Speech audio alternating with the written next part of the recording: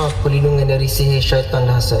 Bismillahilladzi la yadurru ma'asmihi syai'un fil ardi wala fis samai wa huwas samiul alim. Yang maksud, dengan nama Allah yang dengan namanya tidak ada sesuatu pun di bumi dan di langit yang dapat memberi mudarat, dan dia maha mendengar lagi maha mengetahui.